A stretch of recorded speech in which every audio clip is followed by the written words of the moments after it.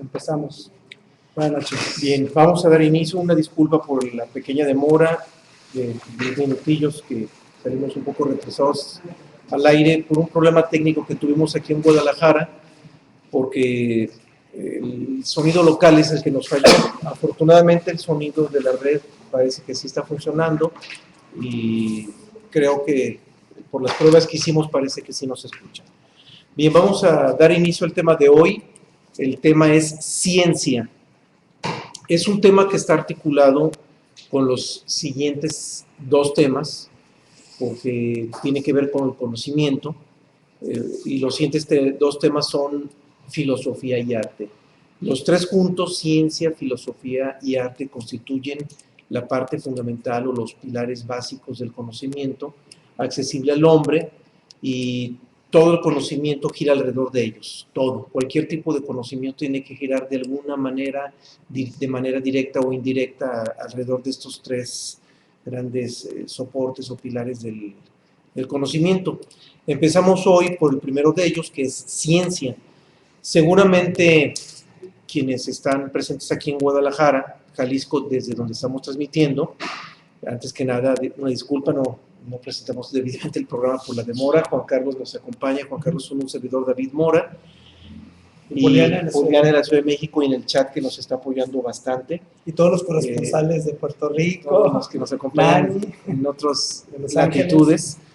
Les agradecemos la confianza de que nos acompañen, tanto los que estamos aquí en vivo, presencialmente en Guadalajara, como los que están en la red. Todos estamos en vivo, por supuesto.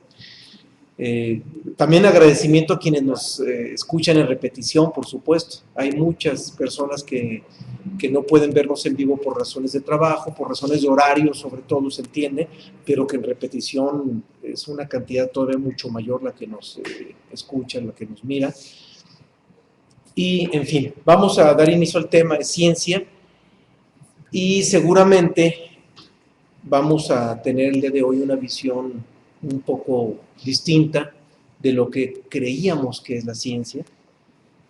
Lo que nosotros, a través del estudio universitario, del estudio escolar, aprendimos sobre lo que es la ciencia, pues vamos a ver que hay cosas válidas y hay cosas que no son tan válidas como pensábamos. Hay, digamos, las dos partes. Vamos a ampliar mucho esto el día de hoy. Vamos a revisar lo que realmente es la ciencia, pero ya visto desde la sabiduría universal. Para empezar, tenemos que entender que vivimos en un universo ordenado, aunque no es perfecto.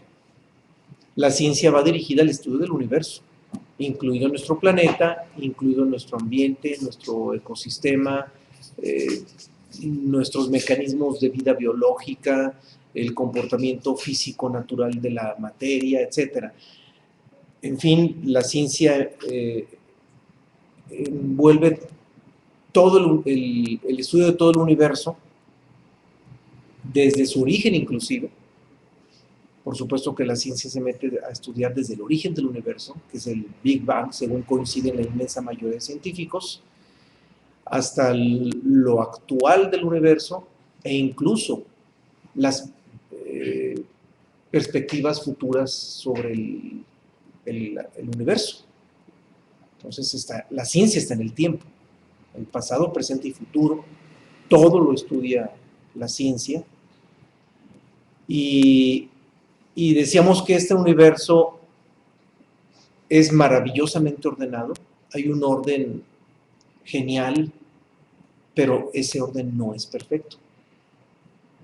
No es perfecto porque el universo tiende a la expansión, pero tiende a la disolución. Es claro, y ya la ciencia hoy en día nos dice que el universo tiene un fin, tiene su propia fecha de caducidad, no es eterno. Así como nació, todo lo que nace muere, es inevitable. Para que algo sea eterno, tendría que no haber nacido. Solamente lo que no tuvo nacimiento tampoco tiene muerte. Y eso solamente se da en el ser. pero el universo sí tuvo nacimiento, sí tuvo un inicio, y desde el momento en que tiene un inicio, automáticamente tiene un final. Y todo lo que tiene final tiene un límite.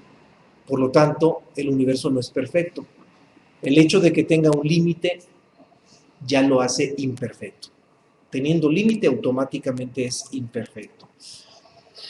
Y aunque sea imperfecto, su orden es impresionante. Tiene un orden maravilloso y ese orden proyecta la cualidad del ser.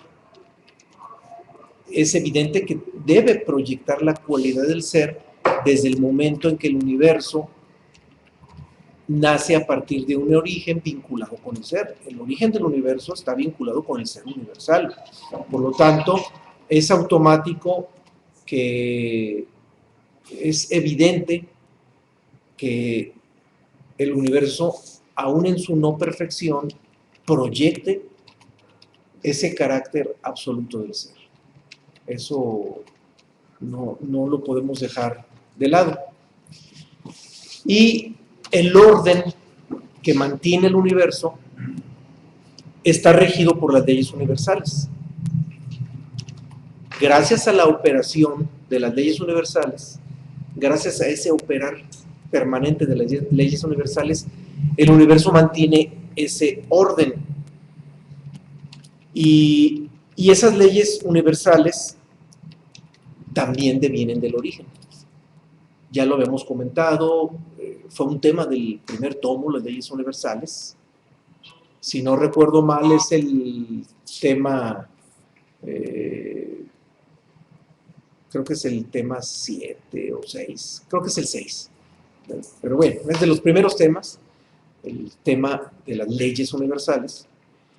Y esas leyes universales, por supuesto que también devienen desde el origen del universo, y comentábamos cuando vemos ese tema que esas leyes son la última voluntad del ser universal o de Dios. A partir de las leyes universales viene el orden natural y ya todo lo que sucede en el universo sucede a partir de mecanismos naturales. Por supuesto, esos mecanismos regidos por esas leyes, pero vamos, la voluntad de Dios o del ser no va a particularizar en detalles. La voluntad llega hasta las leyes universales y todo lo demás sucede mecánicamente. Las leyes universales rigen esa mecanicidad. Son las que regulan esos procesos. Alguien podría decir, oye, pero ¿cómo que Dios, su voluntad no se involucra en el universo? Bueno, la respuesta es sí y también la respuesta es no. Es no porque resultaría absurdo que siendo ilusorio el universo, que siendo relativo e ilusorio, Dios se distraiga moviendo o modificando el curso de las cosas que son ilusorias. Sería tanto como meterse en un juego sin sentido. Pero también la respuesta es sí, porque si las leyes universales son las que determinan todo el comportamiento y devienen de Dios, pues también la voluntad implícitamente está allí. Nomás habría que ver de qué manera opera la voluntad del ser universal en el universo. Y el operar de esa voluntad se da precisamente a partir de esas leyes universales, porque queda claro que son precisamente esas leyes las que le dan orden, le dan todo el orden al universo. Y la palabra universo literalmente significa orden. Entonces, pues no tiene nada de raro que sean esas leyes las que lo regulen, las que regulen ese orden. Y si partimos de que son esas leyes las encargadas de todo esto, pues es evidente que ameritan un estudio muy de fondo. Quien conoce las leyes universales conoce el comportamiento del universo y el comportamiento de la vida. El que no conoce las leyes universales solamente mira, pero sin saber por qué suceden las cosas. Y definitivamente la ignorancia pues jamás va a ser recomendable. El saber nos pone con un pie por delante. Quien sabe conoce la vida y conoce cómo se comporta la vida y definitivamente está por encima de la vida, se ubica por encima de los mecanismos de la vida. El que desconoce se ubica por debajo de la vida y la vida lo mueve y lo arrastra y sin saber por qué. Definitivamente la ignorancia, ya incluso vimos el tema de la ignorancia, nos deja totalmente indefensos. Y vuelvo a insistir, el estudio de las leyes universales es fundamental. Por algo lo pusimos ese tema en el primer tomo y para quienes nos escuchan por primera vez o tienen pocas veces escuchándonos, ahorita estamos en el tema 60, sí les recomendamos de sobremanera no solamente leer este tema, leyes universales, que si no recuerdo mal es el tema 6, sí, ¿verdad? Queda confirmado el tema 6, sino leer los temas que puedan del tomo 1, porque la mayoría de las leyes universales se abordan en el tomo 1, por lo menos las más importantes, y ahí es donde están las bases, no solamente de la ciencia, sino también de la filosofía. ¿Por qué digo las bases de todo? Porque esas leyes universales, además de operar en la ciencia, operan en el arte, operan en la filosofía y operan en todo. No hay nada en lo que no operen esas leyes. Por eso se convierten en algo fundamental. Sí, nos pregunta Almita, ¿quién le dio el nombre de ciencia o por qué? Bueno, ciencia viene de scientia, en latín, que es conocimiento en base a la observación. Esa es la referencia más antigua que se tiene. Conocimiento en base a la observación. Conocimiento en base Sí. a la observación. Sin perder de vista que la observación es el paso número 1 del método científico. A partir de la observación inicia el proceso del método científico y la ciencia parte de la propia observación, ¿sí? Aquí hay que entender que todo esto es coadyuvante, así como el universo tiene un orden y ese orden está preestablecido por las leyes universales, pues también es claro que si el universo fuera un caos, si no hubiera ese orden en el universo, ni la ciencia tendría sentido y mucho menos las leyes universales, todo carecería de ese sentido. El universo se mantiene vigente gracias precisamente a ese orden. Ahora, retomando lo que inicialmente mencionábamos sobre los 3 pilares del conocimiento, que son ciencia, filosofía y arte, a partir de ellos se llega a los niveles cognitivos del hombre. El hombre ya no puede ir más allá de ellos 3, de la ciencia, la filosofía y el arte. Me refiero a que no puede ir razonativamente hablando. Por supuesto que el hombre puede ir mucho más allá de los 3, pero ya no sería en términos razonativos, tendría que ir en otro sentido distinto, claro, dirigido hacia lo interno, que es lo que va más allá de la existencia. Porque tanto la ciencia como la filosofía y el arte están dirigidos o se manejan, se mueven en el plano de manifestación externo, en la existencia. Son conocimientos existenciales al final de cuentas, los 3. Ahora, de ellos 3, de lo que es la ciencia, la filosofía y el arte, quien aspira a profundizar en este conocimiento debe empezar por la ciencia. ¿Por qué? ¿Por qué es así? Porque la ciencia parte de lo sensorial, parte de los sentidos, parte de lo perceptivo, parte de lo que de manera tangible puede ser comprobable. Y si la ciencia parte de lo que puede ser comprobable, de lo que puede ser asimilable por los sentidos en primera instancia, entonces de ahí tiene que partir el conocimiento. Resultaría absurdo que alguien pretenda hacer filosofía sin antes pasar por la ciencia. La ciencia es lo inmediato, es lo tangible.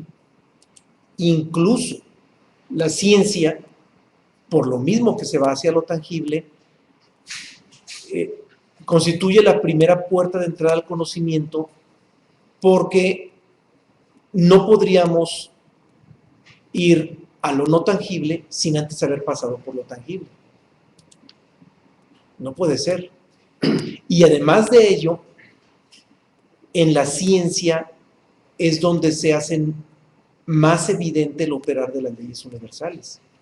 Ya habíamos comentado que operan en el arte, operan en la filosofía y operan en la ciencia, operan en todo. Pero en la ciencia es donde se hacen evidentes. Y si somos más específicos, en la física. Porque las leyes universales, cada una de ellas es una ley de la física. Todas las leyes universales son leyes de la física. Claro, también son de la biología, también son de las matemáticas, pues de todas las ramas de la ciencia.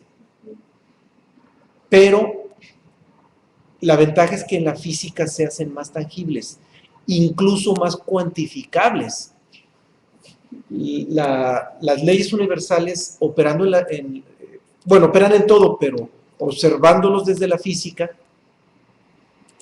se le pueden meter números, se puede apoyar en las matemáticas para hacer cuantificable el comportamiento de las leyes. Por ejemplo, la ley de causa y efecto, por citar un ejemplo. Esa ley de causa y efecto, a toda acción corresponde una reacción de la misma naturaleza, pero en sentido contrario, se le ponen números. Por ejemplo, en el movimiento, un objeto que choca y al impactar con otro provoca una reacción. Bien, pues la ciencia se encarga o mejor dicho, la física se encarga de poner números en cuanto a la velocidad, al impacto, cómo repercute, qué velocidad va a llevar el otro objeto que fue movido por el impacto. Todo es cuantificable a través de la física. Y la ventaja de la observación de las leyes en la física es que, además de que se les puede poner números a las leyes universales, resulta más entendible ese comportamiento, más perceptible, las dos cosas, entendible y perceptible, o primero perceptible y después entendible. Y una vez que se percibe y se entiende y se cuantifica, entonces se pueden establecer los paralelismos para aplicarlos en otros contextos. Por ejemplo, la ley de causa y efecto, que en la física se le puso números para ver la velocidad, el impacto y todo lo que corresponde al comportamiento de la materia, bien, se puede trasladar a la psicología, pero en la psicología no se le ponen números. En la psicología, el psicólogo se limita a decir, bueno, tú tienes este problema por esta causa. Esta causa te provocó este efecto, así y así, pero ya no le puede poner números. Todavía en la biología se le puede poner ciertos números, en la biología.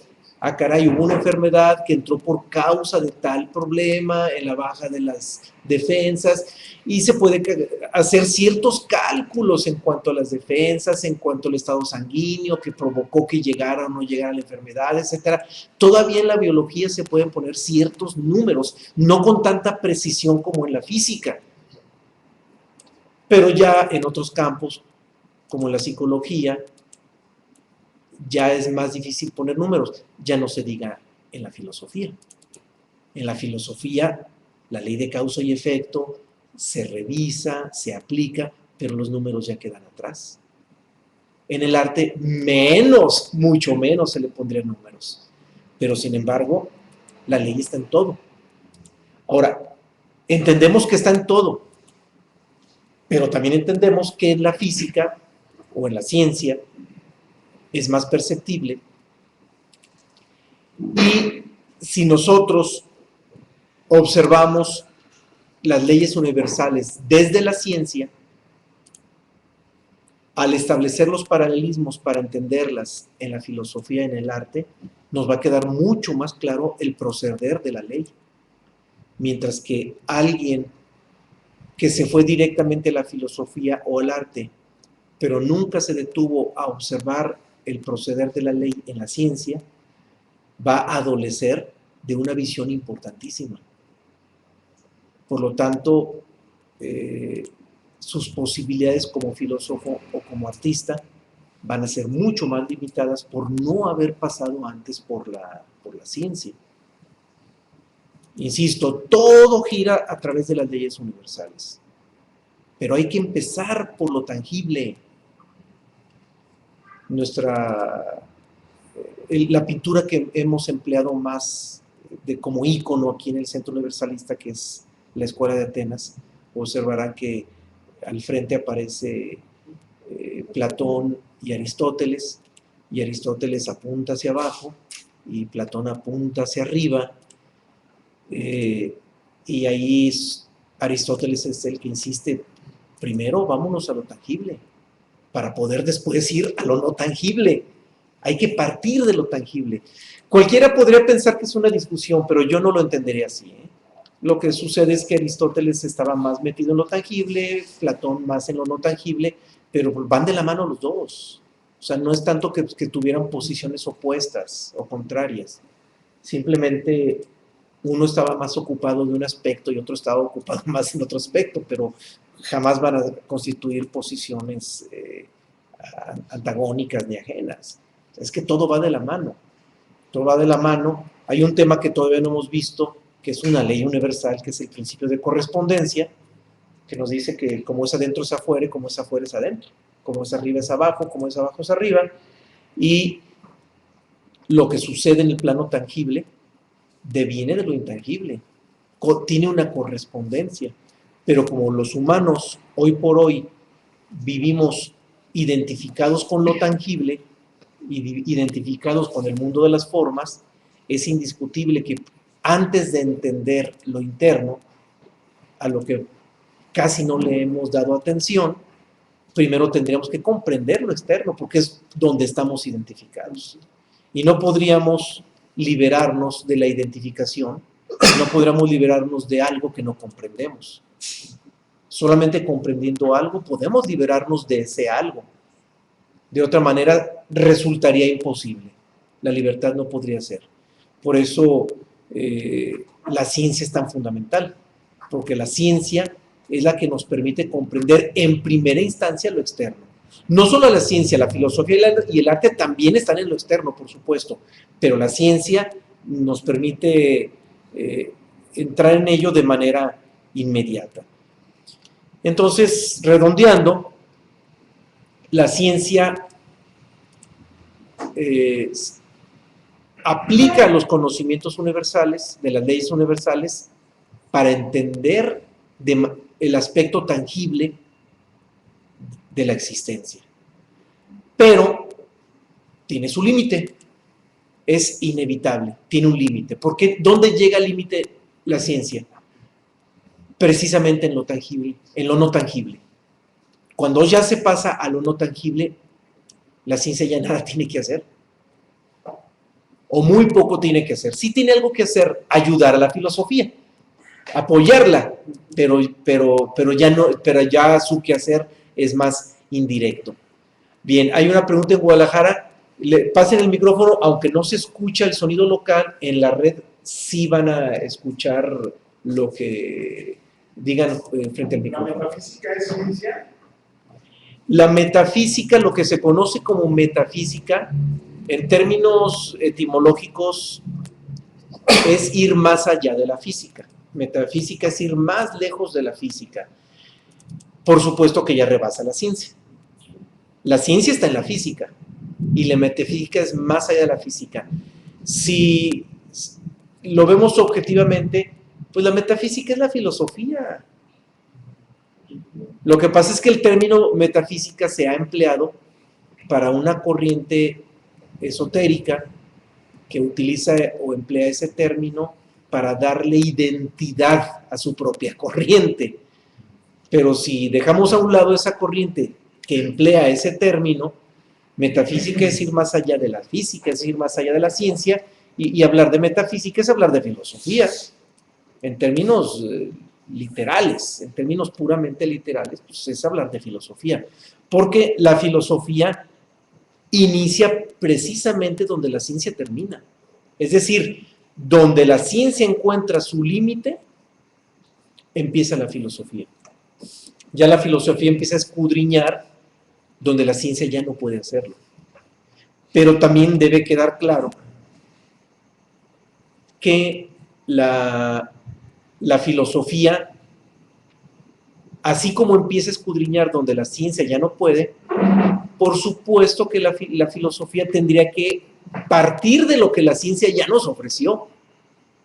Un verdadero filósofo tiene que partir precisamente del punto donde la ciencia ya no pudo. Entonces, un filósofo que no conoce ciencia termina especulando porque no cuenta con las bases del precedente que la ciencia le otorgó.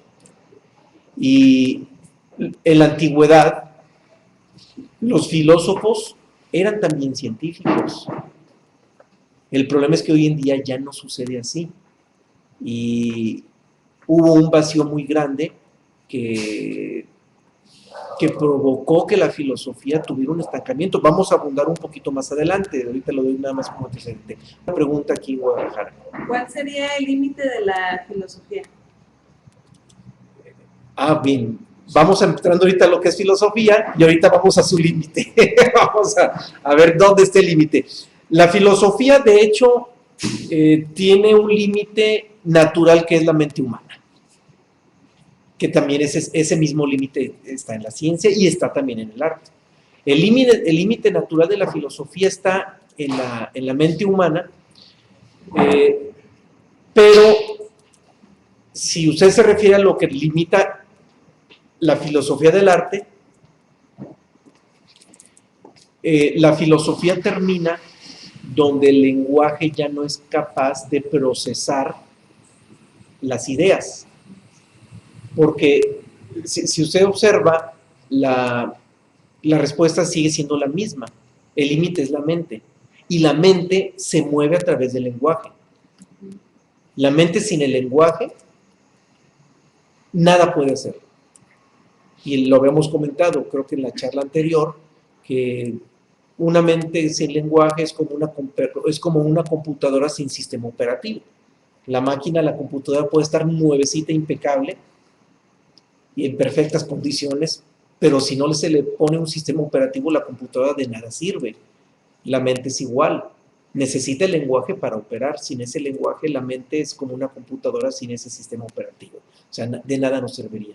Entonces, el límite natural de la filosofía llega con la mente y se da con el lenguaje.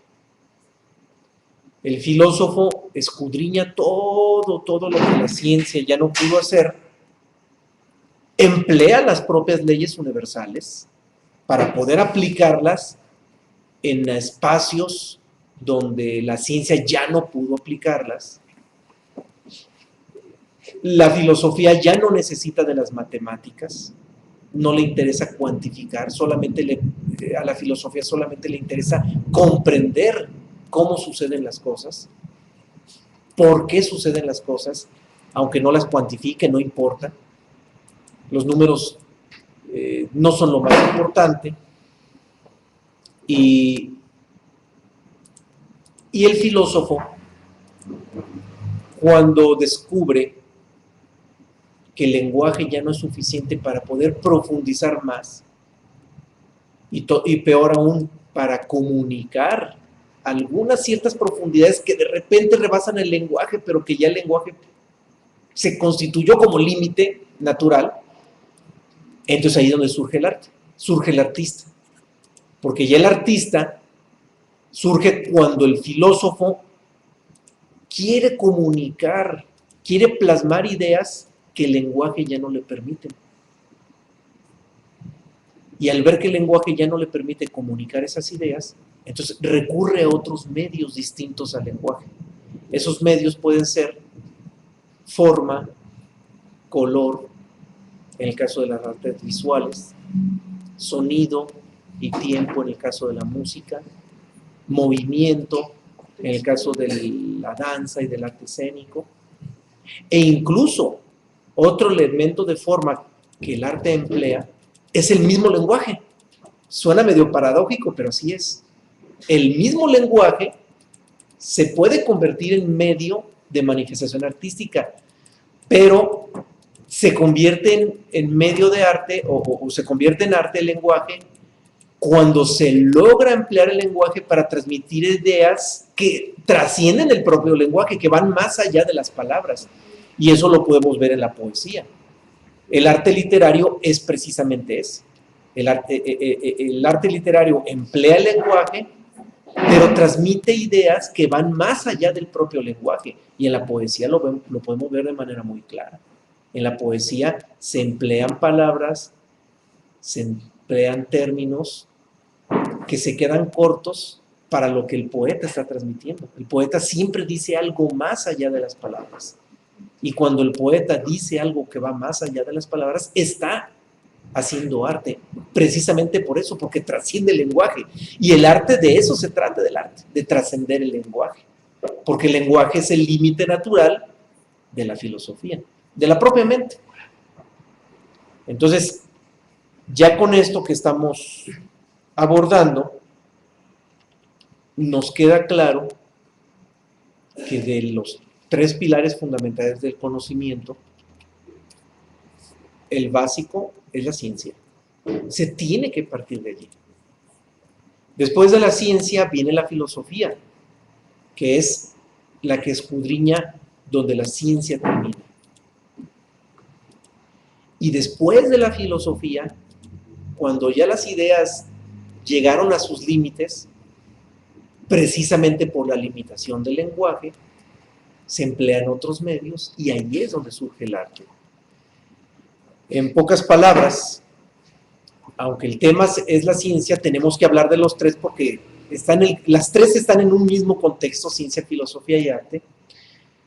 Y en pocas palabras, la ciencia es el inicio, es lo primigenio. Sigue la filosofía y entendamos, es absurdo que un filósofo pretenda filosofar sin conocer la ciencia. Termina diciendo puras tonterías, termina haciendo planteamientos absurdos. Y de hecho la filosofía o los filósofos que han desconocido la ciencia se han perdido. Es indiscutible, se han perdido. Y un filósofo sin la ciencia hace planteamientos seductores, pero con poca objetividad. Se pierde la objetividad de la filosofía.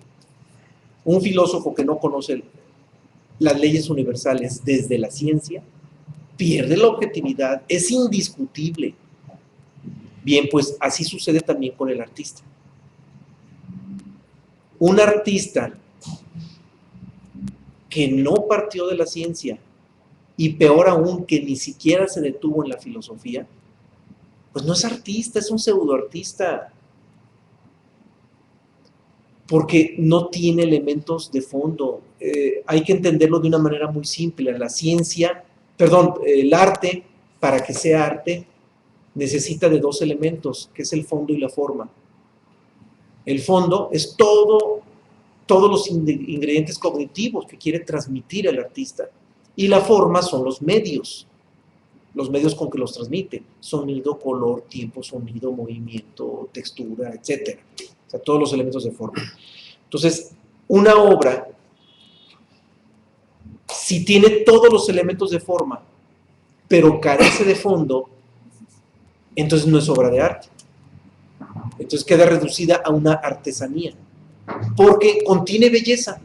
Puede contener belleza, puede contener un buen manejo de los elementos de forma, pero si carece de fondo, entonces no es arte, porque para que sea arte necesita fondo y forma, necesita las 2. Entonces un artista no puede transmitir un fondo sin antes haber pasado por la filosofía. Y si pasó por la filosofía, pero no pasó por la ciencia, entonces ese fondo va a ser muy escueto. En pocas palabras, el arte es el clímax de todo, es la síntesis de todo. El arte es la expresión más elevada de todo el conocimiento humano. Es lo más elevado que puede haber en el conocimiento humano, el arte. Pero claro, hay que entender el arte en el contexto de los 3 pilares del conocimiento. Porque, vuelvo a insistir, el artista que no pasó por la filosofía y la ciencia es artesano o un pseudoartista. El filósofo que no pasó por la ciencia, pues es un filósofo de media cuchara, porque adolece de las bases primigenias fundamentales. Eso nos tiene que quedar clarísimo, y hoy por hoy lo podemos ver. Los filósofos de mayor peso en la actualidad son físicos, y el caso más connotado es el de Stephen Hopkins. Stephen Hopkins, sí. Es el caso más connotado. Pues es un filósofo impresionante, pero al mismo tiempo es un físico cuántico de primerísimo nivel. Cuando un físico y un filósofo, cuando una persona coincide con la profundidad de ciencia y filosofía, pues es una bomba. Ahora, a alguien como Stephen Hopkins le faltaría nada más dar el brinquito al arte, si así lo pretendiera. Si no lo pretende, pues qué necesidad. Tampoco es un requisito. Algunos sí lo han hecho, como Albert Einstein.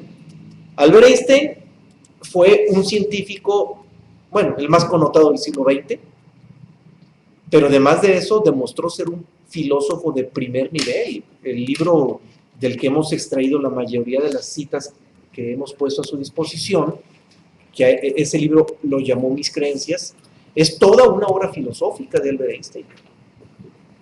Pero Albert Einstein no se quedó allí. Él dio el brinco al arte. Albert Einstein, quizás muchos lo desconozcan, pero era violinista y de muy buen nivel. Tenía una técnica de muy buen nivel y fue un violinista no era concertista, no competía con los grandes violinistas, pero profundizó en el arte de la música. Y vaya que el arte de la música tiene mucho que ver con la ciencia. Es entendible que le haya llamado la atención el violín a Albert Einstein, porque la vibración de la cuerda, la posición del dedo, o sea, todo lo que es la estructura del violín y el cómo da el sonido y cómo afina cada una de las notas, es todo un fenómeno físico. Es física pura el manejo del violín. Bueno, no nomás del violín, todos los instrumentos musicales. La música es física pura, es la física en la rama de la acústica, y obvio también en el manejo del tiempo, impresionante. Por eso que se haya ido por la música Albert Einstein, pues no tiene nada de raro, porque es el arte, la música es el arte que más tiene que ver con la física. Todos tienen que ver, pero más directamente vinculado es la música, y Albert Einstein así lo hizo. Entonces él destacó en la ciencia, destacó en la filosofía, en el arte no destacó tanto, pero sí fue un violinista de muy buen nivel. Si hay una pregunta en la red, nos pregunta Gabriela. Todo lo que está en la personalidad tiene el mismo límite, pero podemos ampliar la capacidad con la formulación de preguntas, la búsqueda de respuestas y la identificación de la personalidad. Bueno, la personalidad tiene sus límites, como bien lo comentas, pero en realidad la conciencia existencial del ser humano tiene la capacidad de poder observar lo que son las leyes universales y ampliar lo que es la conciencia existencial con esas leyes universales. Recordemos que Jesús, cuando le pregunta que qué había venido a hacer, vine a cumplir la ley. Entonces el conocimiento de las leyes universales hace que la personalidad amplíe sus límites y tenga una conciencia existencial. Bien, seguimos con la ciencia. Ya ubicamos el contexto en que se ubica la ciencia, y ahora vamos particularizando un poquito más en el tema, que es la ciencia. El contexto era necesario, pero vámonos ahora a lo que es la ciencia de manera más particular. Por supuesto que la ciencia natural, la ciencia que nosotros conocemos, procede de la comprensión intelectual, procede estrictamente del intelecto, y está dirigida a los fenómenos tangibles, como ya lo habíamos mencionado. Sin embargo, la ciencia no termina allí. También la ciencia parte de la sabiduría universal. Por supuesto, partir de la sabiduría universal es estar siempre en vinculación con las leyes universales, pero ya la verdadera ciencia, en el sentido de la sabiduría, va más allá de la mente y va más allá de las apariencias tangibles, va más allá de los fenómenos tangibles. Es decir, no solamente la filosofía, o sea, la ciencia misma logra trascender un poco los fenómenos tangibles. Claro, ya la filosofía es la que abunda de manera directa, pero la propia ciencia como ciencia también lo trasciende, porque no hay que perder de vista que en el universo hay muchos fenómenos que no son tangibles, pero que son físicos. Simplemente entendamos, por ejemplo, en el caso de la luz. Nuestros ojos solamente perciben un cierto rango de emanación de lumens, que es la unidad de medición de la luz. Si ese rango rebasa, nos quema los ojos, que es el caso de la luz del sol. O si ese rango disminuye, nuestros ojos ya no perciben. Bueno, la ciencia va más allá de lo que perciben los sentidos. Y para eso se apoya en la tecnología, y a través de la tecnología se instrumentan equipos para poder medir y profundizar en la ciencia en lo no tangible. Sin embargo, todavía hay fenómenos que rebasan la tecnología.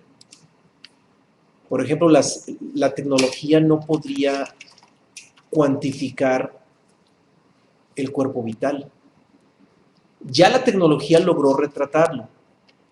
Un ruso de apellido Kirlian inventó una cámara que puede fotografiar el cuerpo vital, pero ya no pasa de una fotografía.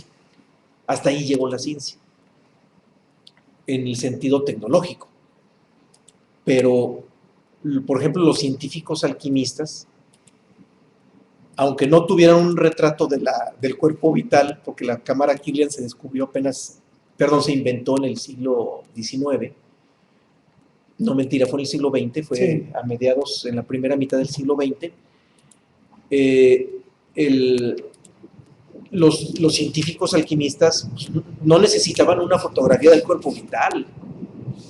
Ellos sabían de la existencia del cuerpo vital, sabían de la existencia del cuerpo astral, y gracias a la confianza que le tenían a la existencia de esos cuerpos, aunque no pudieran demostrarlo científicamente, inventaron la homeopatía.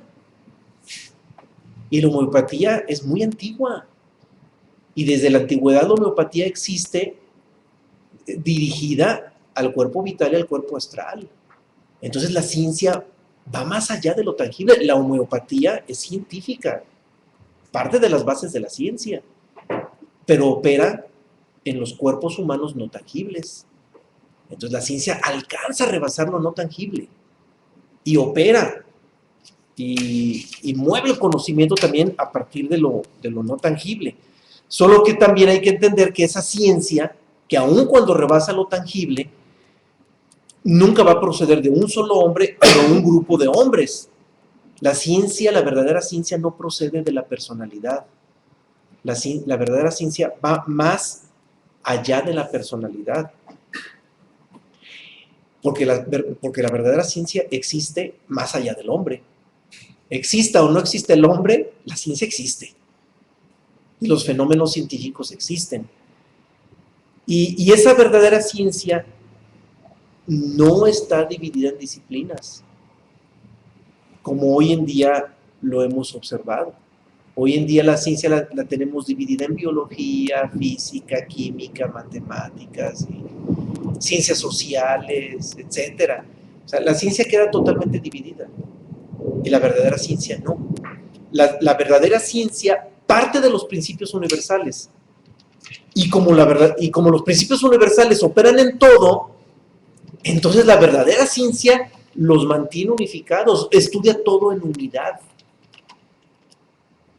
Dicho en otras palabras, hoy por hoy, en pleno siglo XXI, los humanos nos mantenemos sustraídos del estudio de la verdadera ciencia, porque en la universidad nos la enseñan dividida. Tenemos que escoger si queremos ser abogados, o queremos ser médicos, o queremos ser ingenieros. O sea, ya nos tienen divididos. Los estudiosos, los científicos de la Edad Media, estudiaban todo en unidad. Incluso es importante dar este antecedente. La palabra universidad deriva de universalidad. Y la universalidad era lo que se enseñaba en las universidades originales de Europa desde la Edad Media. Cuando alguien en la Edad Media entraba a una universidad, a las primeras universidades que hubo en Europa, que vuelvo a insistir, la palabra universidad viene de universalidad y la universalidad lo abarca todo.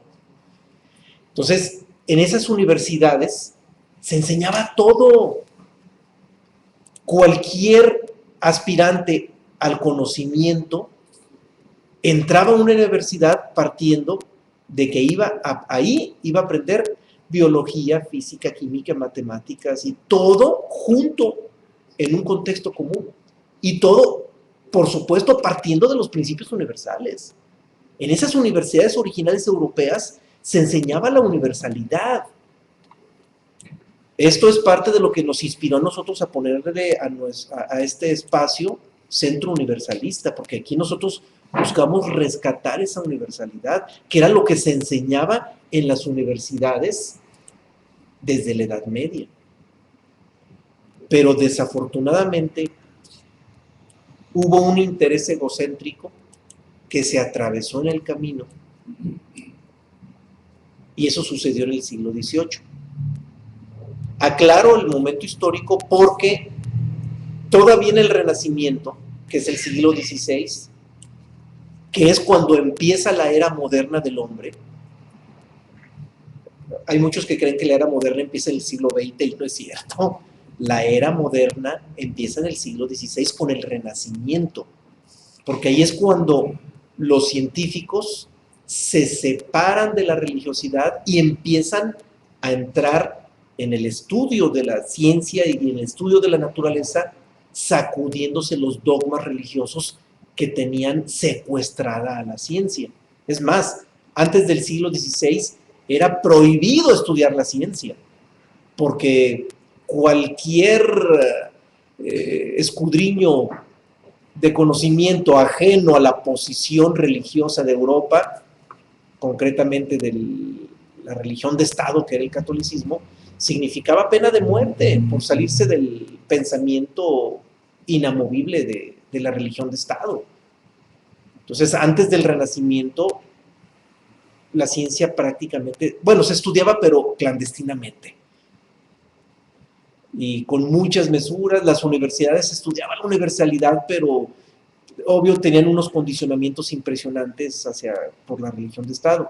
Pero en el siglo XVI, en el Renacimiento, por primera vez, la religión de Estado cede un poco y permite que las universidades se muevan en el contexto de la universalidad, que se separen un poquito de las posiciones dogmáticas que eran hasta entonces inamovibles, y en ese siglo XVI, en ese renacimiento, gracias a que suelta un poco el poder, el Estado Vaticano, empieza la objetividad y surge el Renacimiento. Surge el Renacimiento y ese Renacimiento es el que marca el arranque de la era moderna del hombre. Empieza la objetividad. Pero todavía las universidades en el siglo XVI, en el siglo XVII y hasta el siglo XVIII enseñaban la universalidad. Se ingresaba a la universidad para estudiar todo en unidad y todavía a partir de los principios universales. Pero hubo un personaje que echó a perder todo esto. Me refiero a Napoleón. Napoleón Bonaparte tenía el control de Europa. Conquistó el continente. Se convirtió en un conquistador que llega a tener el poderío total del continente europeo. Y él, por la obsesión de echar adelante la revolución industrial, porque hubo momentos, en el siglo XVIII empieza la revolución industrial. Por supuesto, la revolución industrial es una manifestación externa del inicio de la era moderna del hombre, que, insisto, empieza con el Renacimiento. Y la revolución industrial, no perdamos de vista que tuvo momentos en que pudo avanzar o no avanzar. Y sabemos que los primeros que se opusieron a la revolución industrial fueron los sindicatos, porque los obreros decían, caramba, con las máquinas nos van a quitar el trabajo. Y hubo una reticencia muy fuerte por parte de la clase obrera para evitar que la revolución industrial avanzara, por ese riesgo que en su momento los obreros sentían de que la mano de obra iba a ser totalmente desplazada por las máquinas. Y en el marco de esa disyuntiva de que avanzara o no avanzara la revolución industrial, Napoleón ordena que en las universidades europeas se divida y se separe el conocimiento. A partir de la orden de Napoleón, las universidades tienen que dividirse en facultades. Facultad de Medicina, Facultad de Ingeniería, Facultad de Economía, Facultad de Derecho. Entonces, se dividen las facultades con la intención de que el hombre se especialice en una rama del conocimiento y eso permita que la revolución industrial avance todavía con más fuerza. Entonces, tú, hombre, dedícate a arreglar máquinas, tú dedícate a diseñarlas, tú dedícate a mantener la salud de los obreros o de los operadores de las máquinas, tú dedícate a las leyes que regulen los mecanismos de distribución y de repartición del producto de la producción. Entonces, a partir de Napoleón se dividen las universidades, se separan en facultades, el conocimiento del hombre se especializa y al especializarse se pierde la sabiduría que hay implícita en el conocimiento universal. Los filósofos ya no conocen de ciencia, los científicos se olvidan de la filosofía y todavía los científicos quedan divididos en muchas ramas, ya no se diga los artistas. Tú dedícate nada más a pintar. Imagínense, un artista que nada más se dedica a pintar. Y eso lo vemos hoy en día. En las universidades del mundo, en las escuelas de arte, prácticamente nada se enseña de ciencia y muy poco se enseña de filosofía. Y todavía hoy por hoy, en las facultades de filosofía, prácticamente no se enseña ciencia y de arte pues muy poco. Están separados. Es más, es tal la crisis que provocó esa división que actualmente muchos de los que entran a estudiar filosofía lo hacen porque están huyendo de la ciencia porque no la entienden. Así de paradójico es esto. Hay muchos que entran a filosofía porque como nunca entendieron las matemáticas, como escape se van a carreras filosóficas. Imagínense lo absurdo. Y entran a carreras filosóficas sin siquiera entender la esencia de lo que están estudiando. Todo esto es producto del error histórico que se cometió al final del siglo XVIII, principios del XIX, en la era napoleónica, cuando se decreta que las universidades se tienen que salir y que se tienen que dividir y que el hombre se tiene que especializar. Por ahí en nuestra compilación hay una cita de Albert Einstein, no recuerdo textualmente cómo lo dice, pero Albert Einstein nos dice que la especialización es casi reducir a los hombres en pequeños o en changos, en monos que nada más se especializan en hacer algo. La especialización rompió con el espíritu humano, en pocas palabras. A partir de la especialización, los hombres se convierten más en máquinas. Si de por sí ya éramos máquinas, con la especialización el hombre se mecaniza todavía más, se reduce más su quehacer al de una máquina y el hombre se olvida de la esencia de la vida, se olvida de la esencia de las cosas, el hombre se olvida de muchísimas cosas por culpa de la especialización. Y todos los profesionistas o técnicos en el mundo son expertos en su conocimiento especializado, pero están ajenos a la parte más importante de la vida. Hay una pregunta aquí, creo que... Ya lo mencioné bien. Iba a haber una pregunta, pero se planteó bien. El micrófono entonces lo pasamos para acá para que nos escuchen en la red. Sí. Escuchamos. La especialización tiene que ser necesaria porque el conocimiento es lo que sea, ahora sí, como una universidad que el derecho, economía, medicina, química, pues no va a acabar de estudiar todas las ciencias. Importante, sí, es importante lo que dices. Todo es dual en la vida, todo tiene sus dos lados. La especialización fue necesaria para satisfacer las necesidades egocéntricas y externas del hombre, pero para la esencia interna, no. Claro, como todo es dual, tampoco hay que satanizar de manera extrema esto. Algo pudo haber dejado la especialización, y la tecnología, que es producto de esa especialización, por supuesto que ha aportado cosas importantes, pero solamente para corroborar lo que el filósofo ya sabe, nada más para eso, para corroborar lo que ya en filosofía se conoce. Por ejemplo, gracias a la tecnología se comprobó que la materia no ocupa un lugar en el espacio, se comprobó que la materia es insustancial, se comprobó que el origen de la materia está en la vibración y la vibración es insustancial.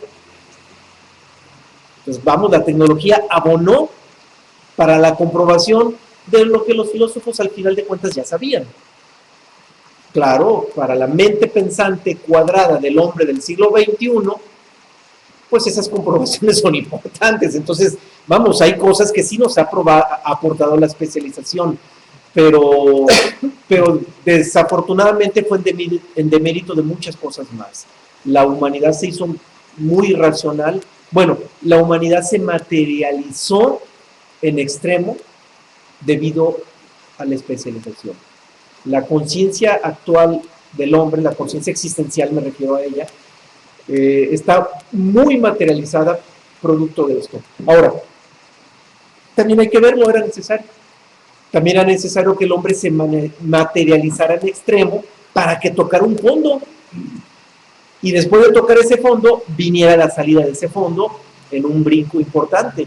Ese fondo, según lo dicen los filósofos más importantes del siglo XX, Krishnamurti, Rudolf Steiner y algunos otros más, ese fondo ya se tocó.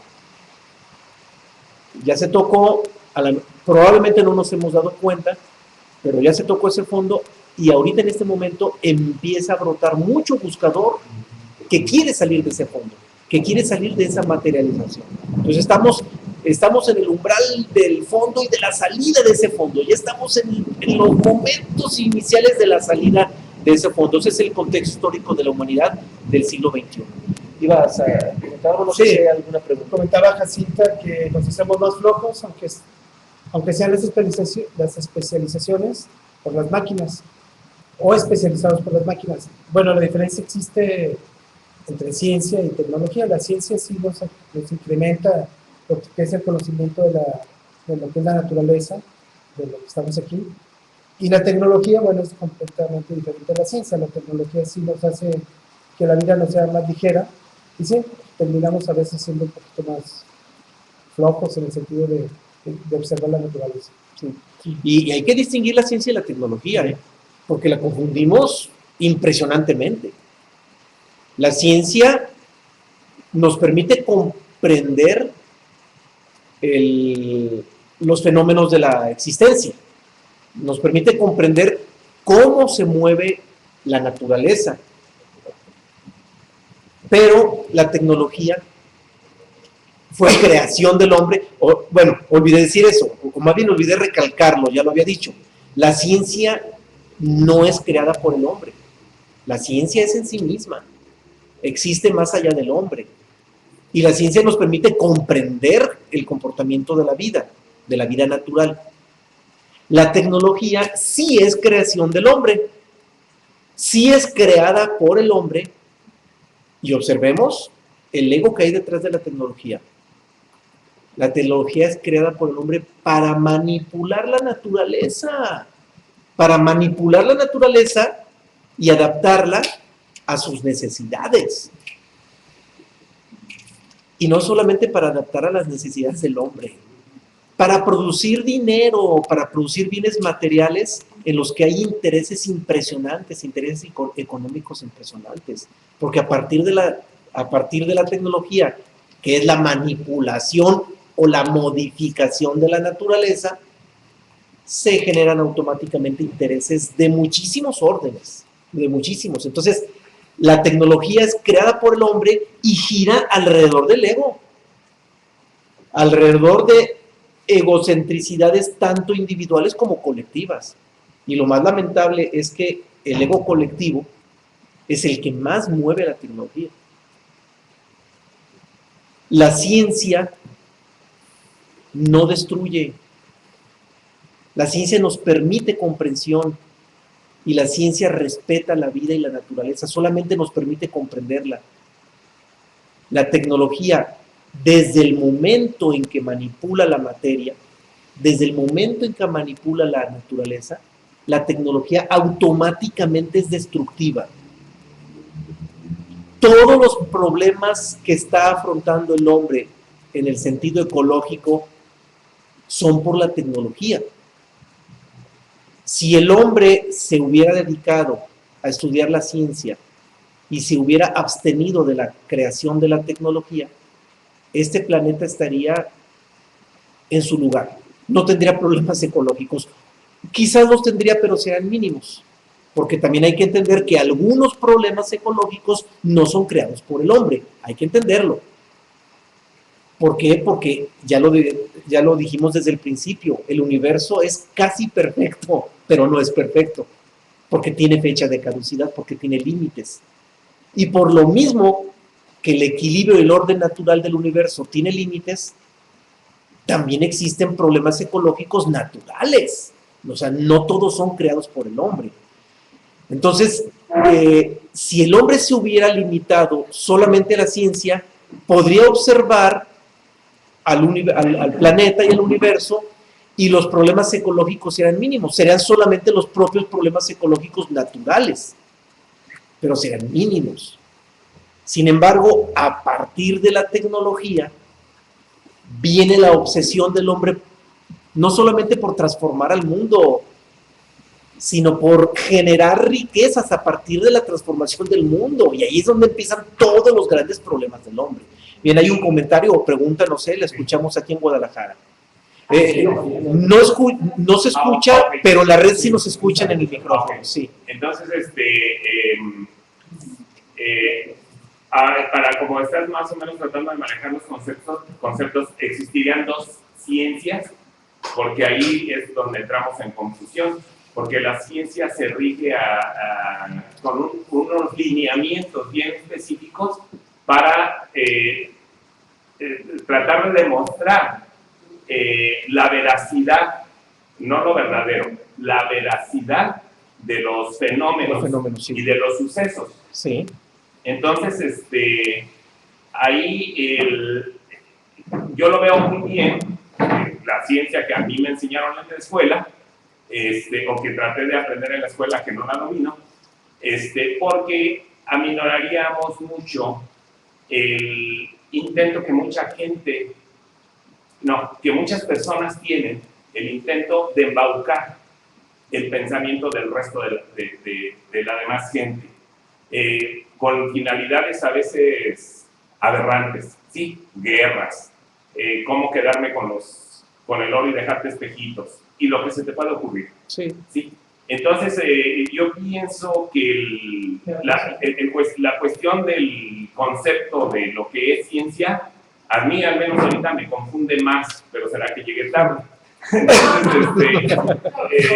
Entonces, usted disculpe. Y ahora, por otro lado, la situación de los daños ecológicos que hemos estado generando, sobre todo, parecería que ha despuntado en los últimos tiempos, no sé si 100 años, 50 años, pero también, por ejemplo, por la modificación de las situaciones económicas. Pero se supone que había el estrecho de Bering, que era hielo. No sé si estemos de acuerdo en esa situación. Y ahí no había industria, ¿sí? Ni había ningún tipo de... Claro, por eso situación. hablaba de los problemas ecológicos naturales. ¿Sí? Sin embargo, se generó un deshielo muy importante y quién sabe qué tan comparativamente si haya sido más agresivo aquel deshielo o el deshielo que nos están haciendo llegar a través de documentales. Entonces, esos son mis comentarios. Sí, claro. Mira, en primera instancia preguntas que si hay dos ciencias y efectivamente sí es, pero antes de precisar la diferencia o la distinción entre esas dos ciencias, primero concretemos la diferencia entre ciencia y tecnología, ¿verdad? Vamos, en primera instancia ello, ¿verdad? Que creo que ya quedó claro. La ciencia no es creada por el hombre, existe en sí misma y es respetuosa de la vida, solamente es para comprender los mecanismos de la vida. La tecnología ya es creada por el hombre, por intereses egocéntricos del hombre y para modificar todo en función del interés del hombre. Y es destructiva, y es profundamente destructiva. Y no, los humanos no hemos querido dejar de ver el carácter destructivo de la tecnología, pero los intereses son tan grandes que a nivel global el hombre ha preferido taparse los ojos antes de reconocer el carácter destructivo de la tecnología. Bien, ahora vamos a la ciencia. Efectivamente hay dos ciencias, la ciencia existencial y la ciencia original. La ciencia existencial, por darle un nombre, ¿no? A lo mejor estamos acuñando ahorita un nombre. Digamos la ciencia dirigida a la existencia, que es la ciencia razonativa, que llega a los límites de la mente humana. Esa ciencia está dirigida hacia afuera, hacia todo lo externo. Es válida, es importante, es válida y es respetable, incluso es necesaria. O sea, el humano no podría conocer lo interno sin antes haber distinguido la naturaleza verdadera de lo externo. Eso nos tiene que quedar clarísimo. Las leyes universales operan en lo externo. O sea, es el comportamiento de la vida externa, de la existencia. Entonces, la ciencia, pero esa primera ciencia a la que me refiero tiene los límites del carácter razonativo, ¿sí? La verdadera ciencia también emplea, por supuesto, los principios universales, pero va más allá de la mente y va dirigida hacia lo interno. O sea, dicho en pocas palabras, la verdadera ciencia es la que nos permite el autoconocimiento, la sabiduría. Es la que nos conduce a la sabiduría y al autoconocimiento. Esa es la verdadera ciencia y es la que más nos interesa. Y precisamente a esa iba a dirigirme ahorita. Pero bueno, antes de dirigirme a la verdadera ciencia, creo que ya había una pregunta o me equivoco. ¿No había alguna de aquel lado? Ah, bueno, entonces fue confusión. Bien. Nosotros llegamos a la verdadera ciencia. Va a sonar muy paradójico, pero así es. Cuando nos olvidamos de las leyes universales. ¿Cómo? Y sí, porque las leyes universales en primera instancia deben de comprenderse, aplicarse, observarse, ver todo su operar, incluso, ¿por qué no?, ponerles número, como se hace con la física. En la física se cuantifica el operar de las leyes universales, etcétera, etcétera, ¿verdad? Pero después se tienen que soltar para que el hombre se dedique solamente a la observación de las leyes universales. Entonces, ahí es donde se trasciende lo razonativo. El científico no solamente las observa, las analiza, las revisa, las aplica, etc. Pero cuando alguien quiere llegar a la verdadera ciencia, tiene que dejar atrás lo razonativo para limitarse solamente al primer paso del método científico, que es la observación, y ya en la observación el análisis queda a un lado. Y ahí es donde, por eso les decía, cuando se quiere llegar a la verdadera ciencia, entonces se dejan a un lado hasta los principios universales, o mejor dicho, se deja a un lado el aspecto analítico de los principios universales, y nos ubicamos en la simple observación del operar de ellos, pero ya observando sin análisis. Entonces ya los principios universales allí están, pero me limito nada más a observar. Ya no hay interés de para dónde se mueven, cómo se mueven, ya no hay análisis, ya no hay nada, simplemente observo. Y cuando llegamos a ese límite de no analizar y ahora solo observar, es cuando llegamos a la verdadera ciencia. Y esa observación, ya lo habíamos visto en el tema de observación que está en el tomo 1, la verdadera observación está en la no mente. Entonces, para poder observar el comportamiento de la vida, en la verdadera ciencia tendremos que ir más allá de la mente. Tendremos que observar en la no mente, porque la observación está en la no mente. Habiendo análisis, ya no hay observación. Y cuando hay análisis, hay mente. Cuando cesa el análisis, ya no estamos en la mente, estamos en la observación, y ahí es donde estamos en la verdadera ciencia. Ahí está ese límite. Y ahí es donde dejamos la ciencia externa, que es una imitación de la verdadera ciencia. Es una no imitación, es una proyección de la verdadera ciencia. La ciencia hacia lo externo proyecta la verdadera ciencia. Y cuando ya nos limitamos solamente a observar, y esa observación después se traslada a la autoobservación, entonces estamos en la verdadera ciencia y estamos ya en lo interno, y estamos dirigidos hacia lo interno. Sí. Ya tenemos que entrar a las citas. Sí, tenemos que entrar a las citas, ya estamos terminando el preámbulo. Por último, para cerrar todo esto, hay que entender que la verdadera ciencia es para quienes están dispuestos a ir más allá del análisis mental, por lo que ya expuse, y eso solamente lo comprenden o lo contemplan, perdón, eso es para comprender y contemplar los hilos comunes que las mueven. O sea, las leyes universales siguen allí, ahí siguen, pero siguen ya no en el análisis, sino en la observación. Y en esa verdadera ciencia observamos esos hilos comunes, observamos esas leyes universales, pero ya observamos cómo mueven los tres pilares del conocimiento: ciencia, filosofía y arte. En la verdadera ciencia, incluso ya en la verdadera ciencia, se pierden los límites, desaparecen los límites entre ciencia, filosofía y arte. Se amalgaman. La ciencia, la filosofía y el arte se amalgaman porque ya todo está girando sobre los principios universales y ya se ve no desde el análisis, sino desde la observación. Entonces ahí es donde ya entramos en la unidad total. Se trasciende todo, se trasciende la misma ciencia trasciende todo, ¿sí?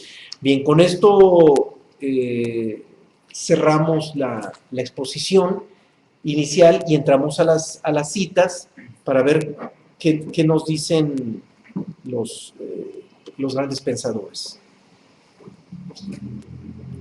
Empezamos, bueno, no nomás los grandes pensadores, sino los libros universales, porque algunos libros universales, o yo diría que casi todos, fueron escritos no por una sola persona, sino por comunidades de pensadores. Claro, suscritos a un personaje, pero en realidad fueron escritos por discípulos de esos personajes. Bien, empezamos por una cita de Hermes Trismegisto en el hermetismo en el Antiguo Egipto, en que Hermes nos dice: conocer la ciencia de la música no es otra cosa que esto: conocer cómo están ordenadas todas las cosas y cómo el designio de Dios ha asignado a cada una su lugar. Bien, aquí empieza Hermes diciendo algo muy curioso: la ciencia de la música. ¿Por qué la ciencia de la música? Para empezar, lo está viendo desde la unidad. La ciencia es en el arte es en la ciencia está en la filosofía en el arte, todo está en todo. Todo es una unidad. Y ya habíamos comentado en la exposición que la música es donde más se percibe la vinculación con la ciencia. Y si la música la vemos como... bueno, hay un concepto muy limitado que dice que la música es el arte de combinar el sonido en el tiempo. Válido, completamente válido. Lo digo porque soy músico de profesión y es el primer concepto que recibí cuando empecé mis estudios musicales en la universidad. Pero la música es más que eso. La música es el arte de representar el orden cósmico a través del orden vibratorio sonoro. O sea, si nos vamos a un concepto más profundo de música, o sea, la música es una representación sonora, una representación vibratoria sonora del orden cósmico. Ahora, Hermes está diciendo esto, pero esto lo podemos complementar con algo impresionante. ¿Quién inventó la escala musical do, re, mi, fa, sol, la, si, que hoy por hoy se emplea en todo el mundo, en todas las naciones, en todas las culturas, y todo el planeta utiliza la misma escala musical? Es más, esa escala musical do, re, mi, fa, sol, la, si, con sus sostenidos y bemoles, por supuesto, es tan perfecta que nubló las escalas musicales que se empleaban en otras tradiciones. Quedaron nubladas todas. Y esa no creo que se inventó en el siglo XVI, ni en el siglo XIV o XV, ni siquiera en la época de Cristo. Se inventó antes. La inventó Pitágoras. La inventó un personaje profundamente universalista, porque diría que hay quienes ponen a Leonardo da Vinci como el ícono de la universalidad, porque Leonardo da Vinci era profundamente científico, profundamente filosófico y profundamente artístico. O sea, él destacó en todo, o sea, profundamente todo, ¿verdad? Pero hay, mucho antes de Leonardo da Vinci, Pitágoras fue mucho más universalista, porque si bien Leonardo da Vinci fue grande en todo, Pitágoras fue el hacedor de todo, fue el origen de todo, porque nadie ni puede negar que el origen de la geometría y las matemáticas, el padre de la geometría y las matemáticas es Pitágoras, nadie lo puede negar. Es decir, en la ciencia es el padre del inicio de los estudios geométricos, matemáticos, incluso físicos, de la lógica matemática. Pero pues también Pitágoras es el padre de la música, es el padre en el arte, se convierte en un padre también en el arte porque es el padre de la música. ¿Por qué? Porque él inventó la escala musical do, re, mi, fa, sol, la, si, no solamente a partir de un basamento científico, físico, matemático, que hay toda una ciencia matemática, física en la escala musical. Cada nota tiene su propia frecuencia vibratoria bien definida y a partir de una base logarítmica, por cierto. Pitágoras inventó esa escala a partir de una aplicación de correspondencia entre la vibración de los planes superiores cósmicos y nuestro plano tangible.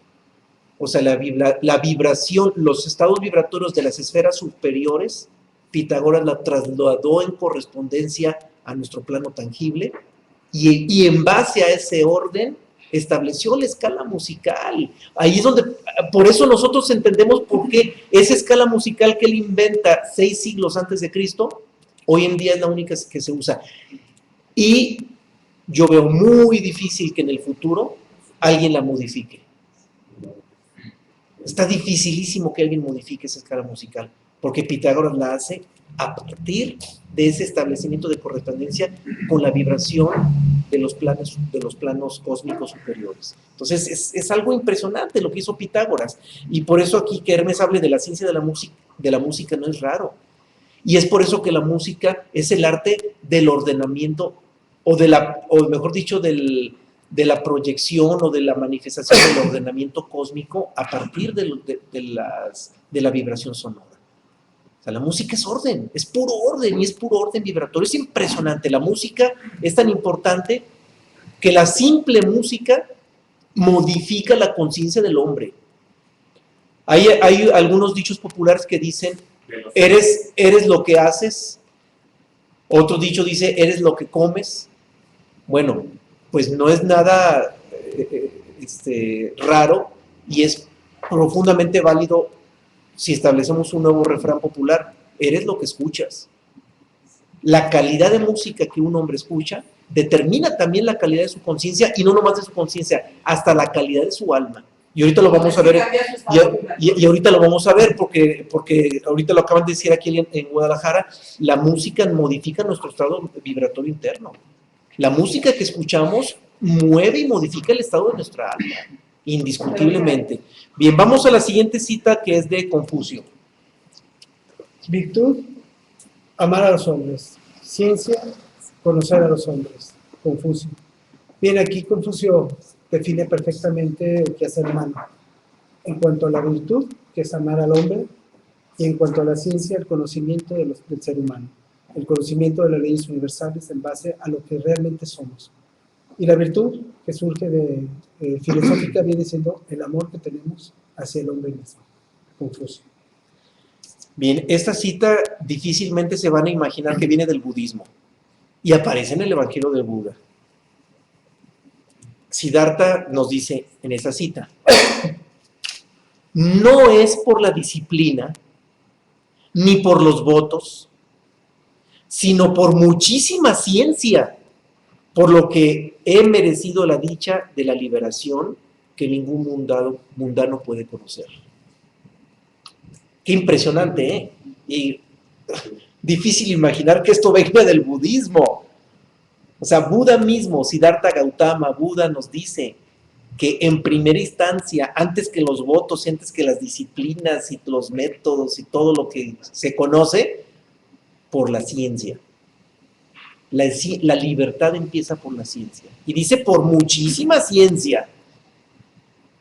Ahí es donde entendemos por qué también en la exposición decía, es que todo tiene, el conocimiento que nos puede liberar tiene que partir de la ciencia.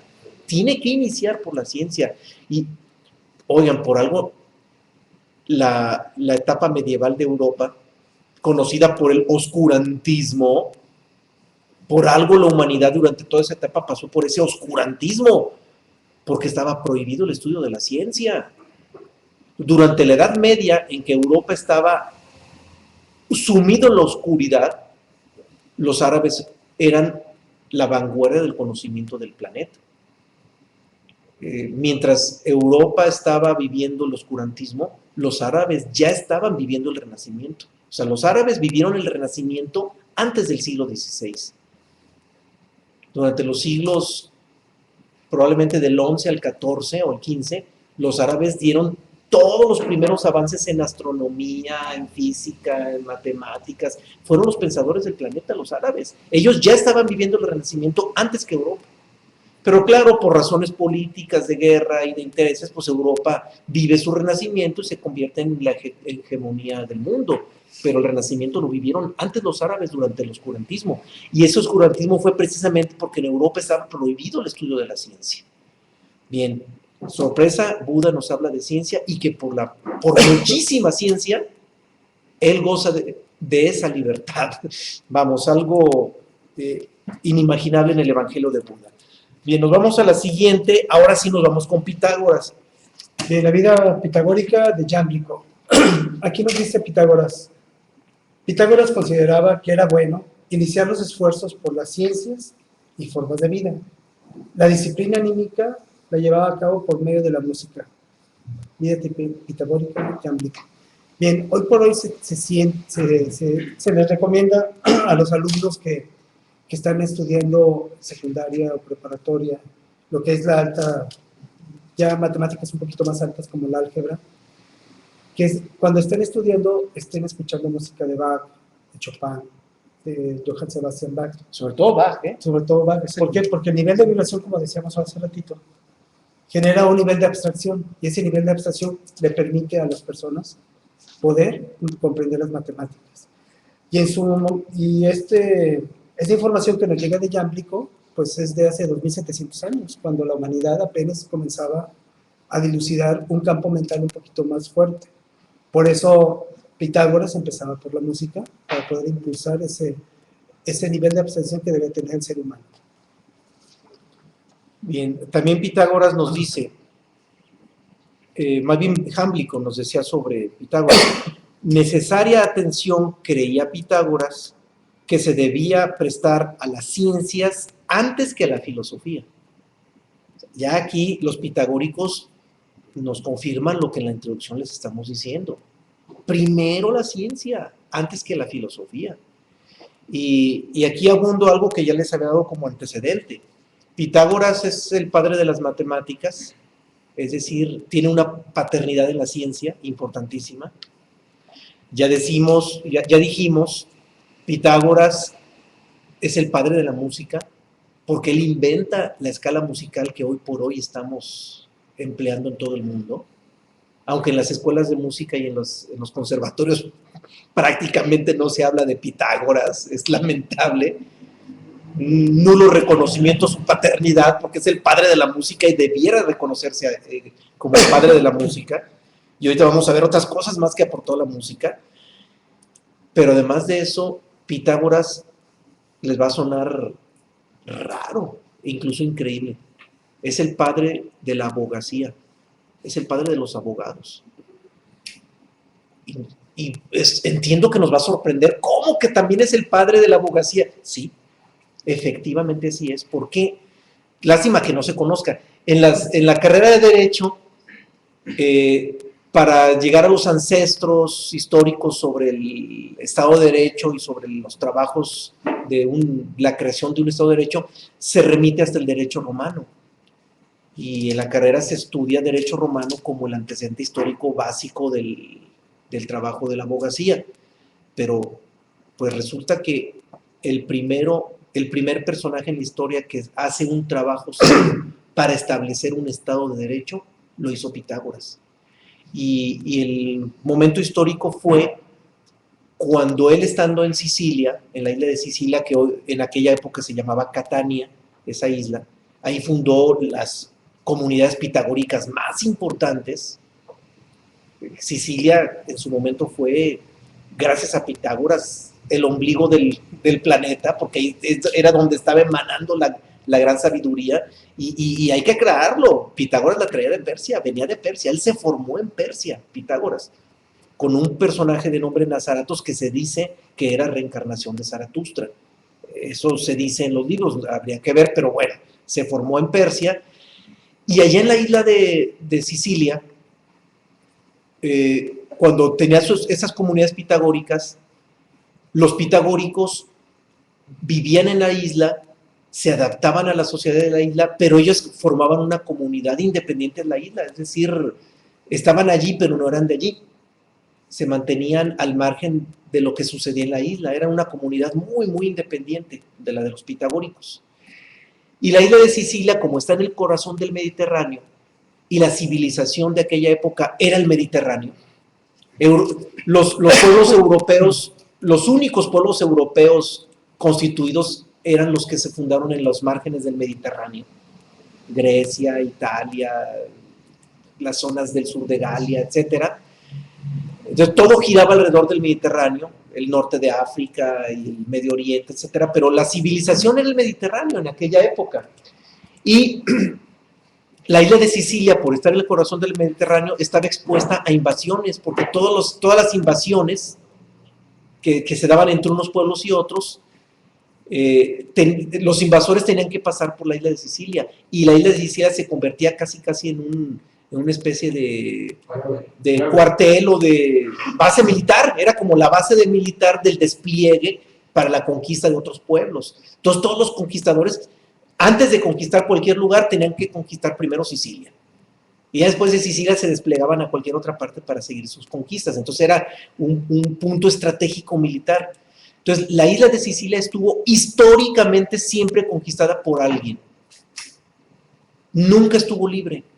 No estaba libre. Los sicilianos no sabían ser libres. Ellos siempre estaban conquistados por alguien.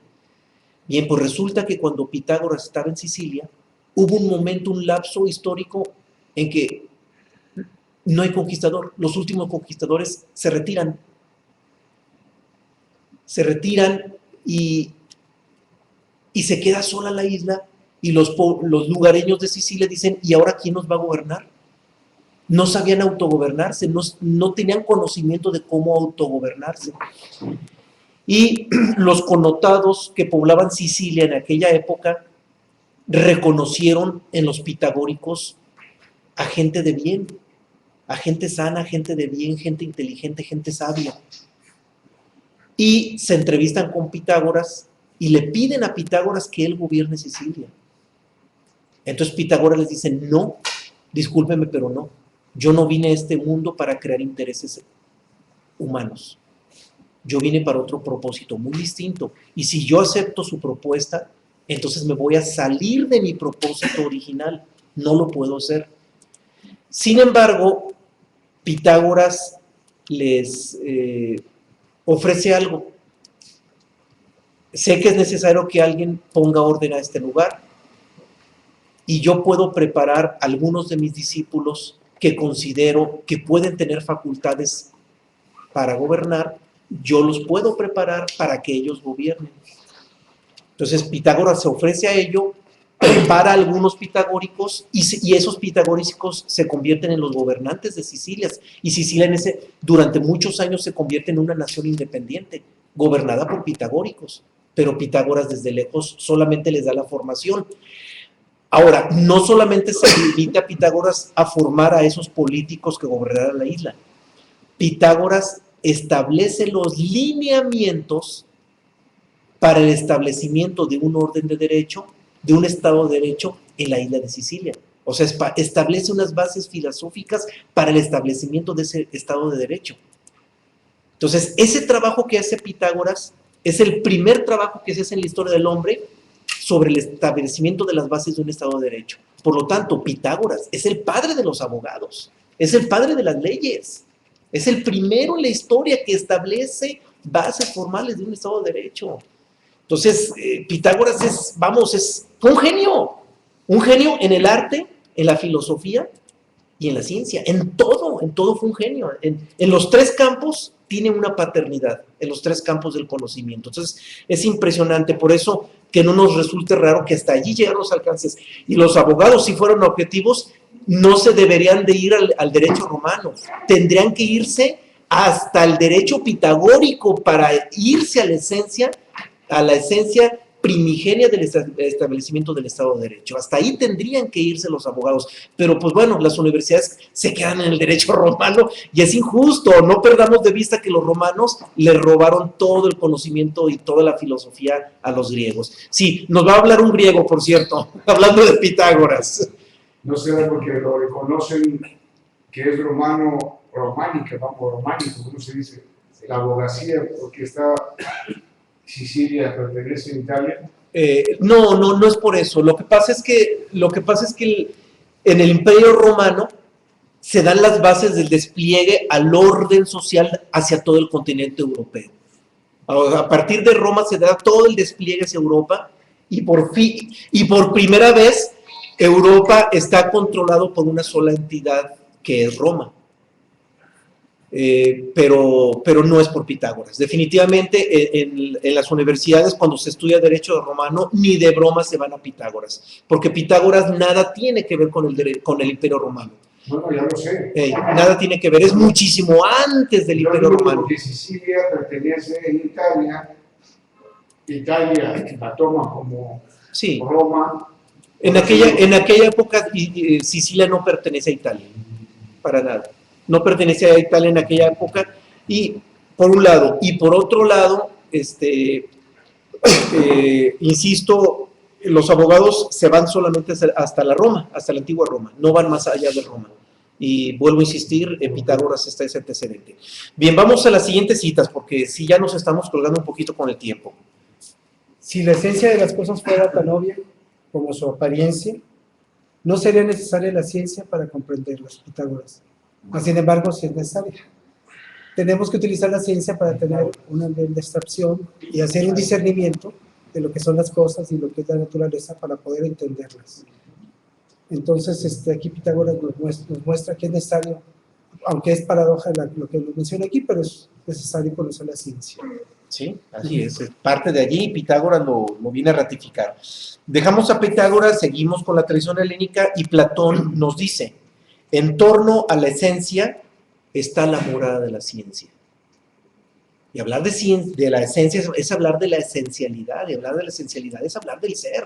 Entonces, en torno al ser está la morada de la ciencia, o la ciencia gira alrededor del ser, es algo que tiene que manejarse inevitablemente.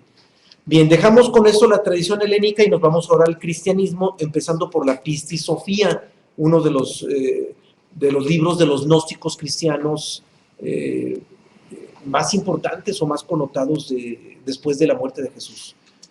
Cuando Jesús hubo concluido de hablar, así dijo: he aquí que recibo mi vestidura y que toda ciencia me es dada por el primer misterio. Al igual que la cita del Buda, aquí no se habla de devoción, no se habla de disciplina, no se habla de algo, de un acto como la mayoría de las religiones no lo pintan. En realidad, la divinidad o la parte divina que llega al ser humano, que en este caso se habla del primer misterio, Jesús recibe directamente la ciencia, o sea, el ser, la ciencia del ser. Bien, la siguiente cita también del cristianismo ya está extraída directamente de la Biblia oficial, está extraída del Evangelio de Lucas, y son palabras que Jesús de Nazaret lanza hacia los fariseos y los saduceos, que eran los que integraban el Sanedrín de la religión judía. Y les dice a los fariseos: ay de ustedes, intérpretes de la ley, porque han quitado la llave de la ciencia. Ustedes mismos no entraron y a los que entraban se lo impidieron. Bueno, pues, sorpresa. Jesús nos habla de la llave de la ciencia en el Nuevo Testamento y en el Evangelio de Judas en la Biblia oficial. Aquí lo paradójico es que Jesús en su momento culpa a los fariseos por quitar esa llave de la ciencia, y la religión cristiana de Estado de toda la Edad Media en Europa prohibió el estudio de la ciencia. Es una paradoja impresionante, es una paradoja que no tiene lógica, no tiene conciliación, y durante casi 2 milenios, durante 1 milenio y medio por lo menos, hasta el siglo XVI estuvo prohibido el estudio de la ciencia, y Jesús les reprocha a los fariseos precisamente que hayan quitado la llave de la ciencia.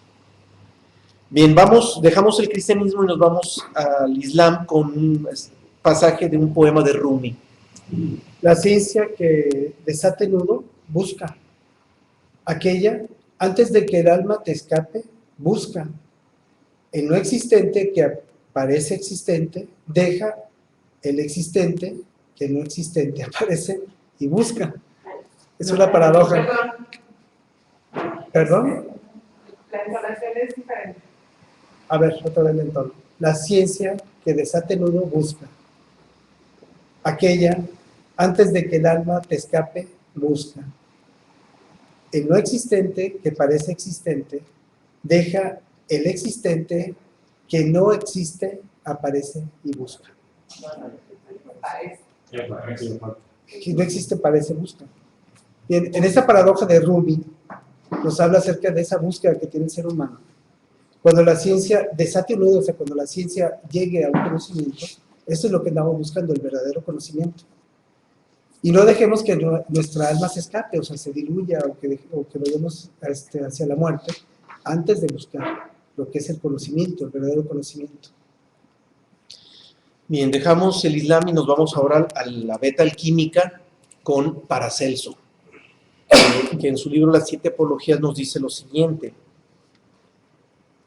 si un hombre desea enseñar a los demás hombres, antes deberá obtener su saber de Dios y de la naturaleza.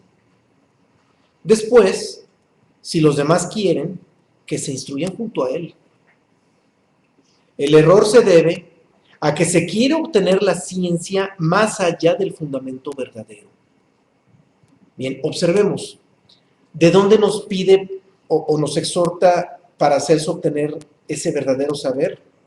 De Dios y la naturaleza. Ya comentábamos que las leyes universales emanan del ser universal y son las que rigen la naturaleza. Por lo tanto, esas leyes universales son el fundamento verdadero. O sea, no hay otro. Se constituyen como el fundamento de verdadero. ¿Por qué? Porque son las que regulan, las que nos permiten comprender el comportamiento de la naturaleza. Es la ciencia pura, en pocas palabras. Son la ciencia pura. Bien, vamos a la siguiente. También otro alquimista, Jacob Boehme. Muy hermosa esta cita. Ciencia es la raíz de la mente ignia y es, en pocas palabras, la raíz de todos los principios espirituales. Es la región de donde surge la vida. Es la causa por la cual la profunda voluntad divina se compacta y se imprime en la naturaleza. Jacob Boehme, la llave. Aquí es el fundamento de los principios de la naturaleza. ¿Cómo se fundamenta? La ciencia de la conciencia, que surge de la parte divina, y lo que es la naturaleza lo que hace es rotular, de alguna manera, esa intención, que son las leyes universales. Y muy curioso ahí, Jacob Boehme utiliza el término principios espirituales. Solo le faltó decir principios universales, que son las leyes universales. O sea, las leyes universales se conocen como principios universales, es exactamente lo mismo. Nomás que en lugar de decir Jacob Boehme principios universales, dice principios espirituales, pero al final de cuentas es lo mismo. Y son los mismos, siguen siendo los mismos. Bien, cerramos con Albert Einstein. No podíamos dejarlo de lado si estamos hablando de ciencia, imposible dejarlo de lado, pero sorpresa, qué interesante observar cómo Albert Einstein habla de Dios en torno a la ciencia, y nos dice: el hombre encuentra a Dios detrás de cada puerta que la ciencia logra abrir. Ahí empieza el estudio, el escudriño sobre la verdadera naturaleza del ser, empieza por la ciencia. La ciencia es la que nos va abriendo las puertas para poder ir comprendiendo la esencia de las cosas. No puede ser de otra manera. Bien, cerramos. Todavía más, y seguimos con una segunda cita de Einstein. Esta cita dice: la religión sin la ciencia estaría ciega, y la ciencia sin la religión estaría coja también. Albert Einstein. Bien, aquí no se habla de una religión institucional, se habla del religare, de religare con lo divino. Ese religare sin la ciencia estaría ciega, o sea, sin el verdadero conocimiento. Y la ciencia sin ese religare estaría coja también, o sea, si no existe una liga entre esa parte divina y los principios universales, no existiría ni religión, ni existiría ciencia. Es un tono muy universalista que le da Albert Einstein al tema de la religión con la ciencia. Hay quienes ubican a la religión como un cuarto pilar del conocimiento. Puede ser válido, puede no ser válido. Lo que sucede es que nosotros omitimos ese cuarto porque el aspecto del religare está implícito ya en la filosofía. O sea, la propia filosofía ya lleva implícito ese aspecto del religare, que es el que da origen a la religión. Pero hablar de religión es hablar de filosofía, y aquí nos dice que pues van de la mano. Albert Einstein ya nos está diciendo que van de la mano, no pueden separarse. Los pilares del conocimiento no pueden separarse. Cuando el hombre los separa, se tropieza, se queda en un vacío. Queremos profundizar, hay que unir. La unidad del conocimiento es lo único que nos puede permitir realmente profundizar. Bien, cerramos con una última cita de Albert Einstein, por cierto, interesante para que no nos cause vértigo el estudio de la ciencia. Einstein nos dice: la mayoría de las ideas fundamentales de la ciencia son esencialmente sencillas y por regla general pueden ser expresadas en un lenguaje comprensible para todos. Es que la ciencia no es complicada, no es compleja. Los hombres hemos provocado la sensación de complejidad en la ciencia por la fabricación de la tecnología. La tecnología, claro que es complejísima. La tecnología es impresionantemente compleja, pero lo único que nos conduce es a satisfacer al ego colectivo humano y a destruir el planeta. Eso nos tiene que quedar claro, que para lo único que nos está conduciendo la tecnología es para eso, para el ego y para la destrucción.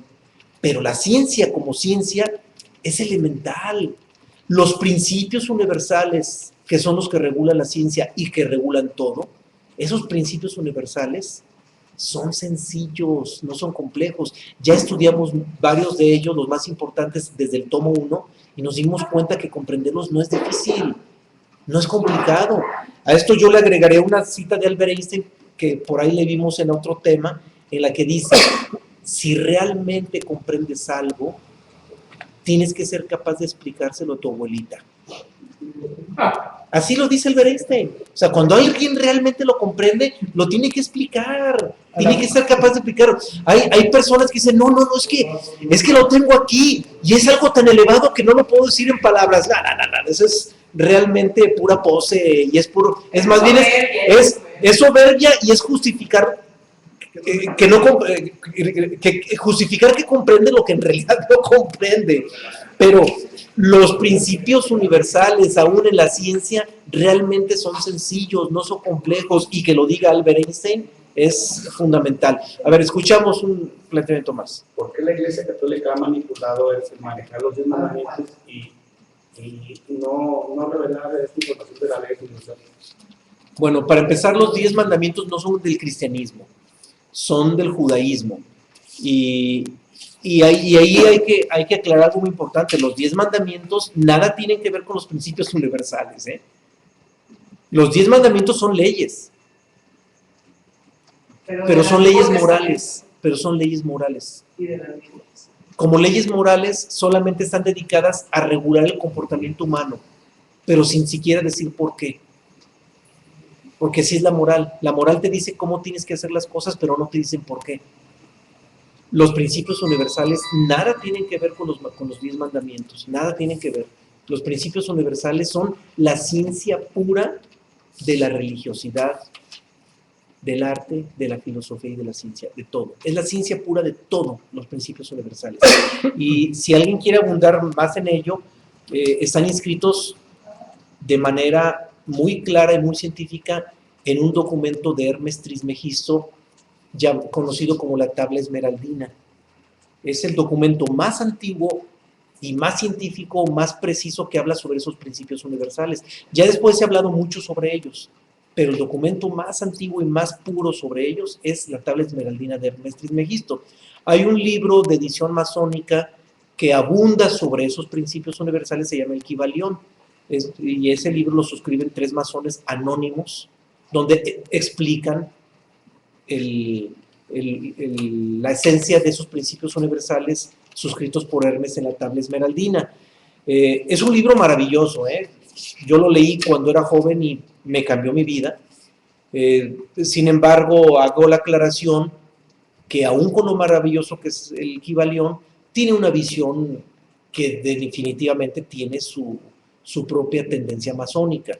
Tiene ese pequeño problema, no lo cuestiono, simplemente hago la aclaración de que tiene una tendencia sesgada hacia la visión masónica, pero la emisión más pura sobre los principios universales es la de Hermes. Y si nos vamos sobre el documento de Hermes literal, que es el de la Tabla Esmeraldina, es genial, ¿eh? Es genial, y tampoco lo dejo de lado el libro, es más, lo recomiendo. Si alguien lee el libro del Kybalión, la verdad es que es un libro muy, muy interesante. Bien, ¿algún comentario de la red? No sé si hay alguna pregunta, porque ya estamos. A ver, aquí en Guadalajara hay un comentario. Hoy se abonó mucho a lo que decías al principio de Aristóteles, ¿no? De las leyes universales y lo que rige al mundo. Sí. Y yo pienso que no nos alcanzarían vidas para comprender todo lo que se puede aprender en el mundo. Sí. Y Platón apunta hacia arriba. Y alguna de sus citas que se leyó aquí, que solo, bueno, a mí me hubiera gustado que se abonara más a lo que Platón plantea y no a lo que Aristóteles, porque Platón dice, la esencia de la ciencia es, o sea, la ciencia, está la esencia en el ser. Sí, exactamente, nos apunta hacia el ser. Nos apunta hacia el ser. Y conociendo el ser, se conoce toda la ciencia. Claro. O sea, es el conocimiento de conocimiento. Sí, es coadyuvante. Por la ciencia se llega al ser y del ser emana la ciencia, o sea, es coadyuvante Sí, todo solo que esto. Aristóteles plantea que desde el mundo, o sea, desde el conocimiento de la ciencia, que no nos alcanzaría la Hacia el mundo Entonces es y como Platón hacia el ser. Platón hacia el ser. Sí, claro. Qué bueno que haces esa distinción, que es fundamental. Esa distinción es básica, es básica y bien, efectivamente la ciencia apunta al ser y es fundamental hacia el ser, eso nos debe de quedar clarísimo. Y de manera inherente, no queda aquí el tema, La próxima semana vamos a hablar de filosofía, el tema va a ser filosofía, la que sigue el tema va a ser arte, y cuando hablemos de filosofía también tenemos que hablar de ciencia, y cuando hablemos de arte también tenemos que hablar de ciencia y arte, porque pues van juntos, por eso no termina aquí el tema al final de cuentas de manera inherente va a seguir manejándose en las siguientes 2 emisiones. Bien, creo que ya es el momento de despedirnos. Un agradecimiento muy grande para quienes nos acompañan aquí presencialmente en Guadalajara y también el agradecimiento a todos los que nos acompañan en la red. En Europa también están escuchando. Un saludo a doña Josefa. En Europa, todos los que nos están enlazando en vivo y todos los que nos enlazan en repetición también, un agradecimiento. Gracias, hasta luego.